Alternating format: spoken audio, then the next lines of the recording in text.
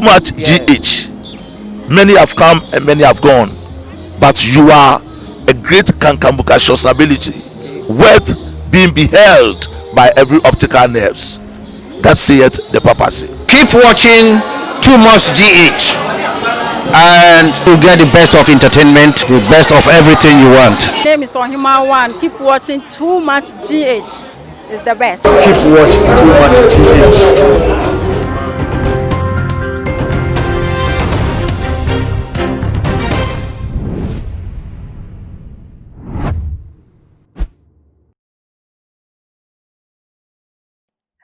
For any other phenomenon, Obibia Aquaba, Eddie Ever Too Much HSO. None of Hala Jumedi and I ebre as some for Muniaba, Equiacicaba, and then so may they ever be so much for any tea for away a fiddy Cassie so. Now, and net day did say, said there about 2 years as a danny da and some for fry a bed here, meant me once a best or rent or quite because Wakasaka with TV so radio so and put a few munina. About what is easy, they declare na Adampa a kufu aduso no, and a year winner, and that's one a d a kind ewa abukensi news, and one just say, meant me once here, sorry, na and then former Northern Regional Chairman, as is or ye current Vice Chairman Eddie Emade or National Democratic Congress, the Dean Eddie Chief Sofo, Awudi, Azorka. Waba a year abontin din sembi ababa betu a year a jade watching one NSM 7th January a year after Friday Besimo 2021 on the 7th January. A year woman Muna yo madin so one more ever swearing in Nana Danko Kufado as president. One more so ever the same thing. Now one more a year nine yes a man penny Nana Danko Kufado and Mudino Asiso. Now Emum Omode a year former President John Dramani Mahama na Frankatunia with 2 Francano Ede Emma Edis Amanu Kulu and a woman Edino Ebesis with Sanse in real movie party. 1 month na say Emma so and then Emma so a year etchna into 1 month so no. One more best way a year John Dramani Mahama in say one more a president. Now, one more say, and you may be one man was setting me for any woman money in a blue dear air so said a bear and conquer her a year dachi in Chima and what didn't some no air to a year a jar a year time a one more called Jubilee Park and not die a year demonstration no and I watch you more essay. We are swearing John Dramani Mahama next month 7 January. Where they swear people in Accra. We will not end this demonstration or we will not end this protest until Jane Mensam come out and tell us who the winner is, because we are not taking her recent declaration in the interest of more than 6 million people who voted for John Dramani Mahama. We must uphold the democracy and hold the Electoral Commission to higher standard and hold this government to higher standard in terms of our democracy. The way we conducted this election, the government, President Akufo-Addo and the Electoral Commission is then to our democratic credentials as government.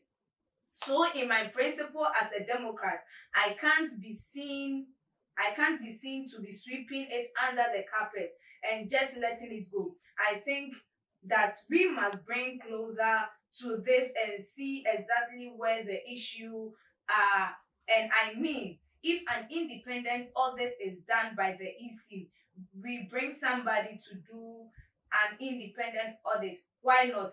I mean, I will be the first to concede and walk away, but as long as that is not done, I know that there was a deliberate attempt to subvert the will of people in favor of the incumbent.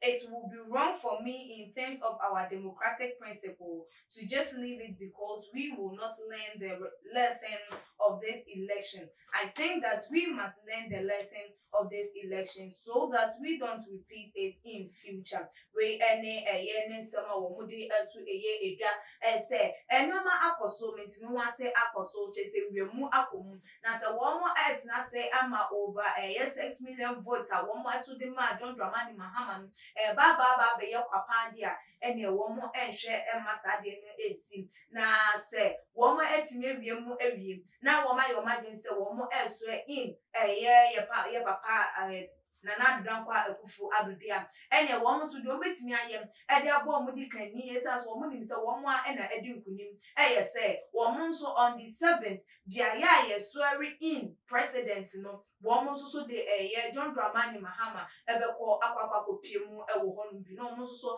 swearing in as the president of Ghana. Now, what didn't same way to a ja every year and a Ghana for a debut. Now, what was swearing in? Now, and penny for super swear a year and another in on that same day, 7th. No, now I could not be a hen and what the moment penny now, what has a modern season, modern a season, and I dare so and I a day a year woman, moon so a man penny no so ni then he didn't a basis so and until one more air cassette be there a year NDC penny pay air Kenya Nansen.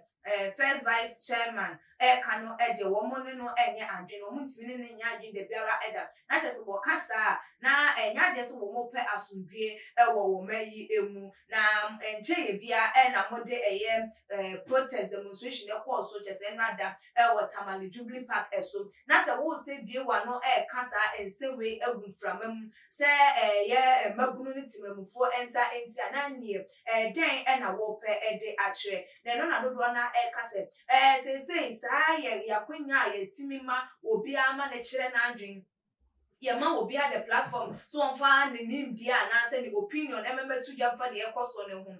A brass says I and your money in a change a year or so because Yaman call for opinion, Yama opinion, or can be Ama a better or be assumed. Nanny Panos so I take action against it, not your how and no match as the answer and fata and eba. Now, no, be no so eka say, so account would di a year a cancer say in remove the approach woman who feel like a dochi woman who say we dear in mu akoso enunti won tena se ehwe han enye yinti so mo ka se wo mo beso John Dramani Mahama in next month January 7, 2021 dia wo mo edi se wo mo ebusuafo de ekoi asundwe betima bo mayi mu ana se ededen na ebe betimi di basa ya ba ana yentu ya dwum na bibia entimi ensi se wo ma no to be na wo mo ka ne keke for adwen cha wo fan se mi ho ebre o too much in your comment section like your videos na share our other social media platform so media and the Ecclesiastic. That's the name.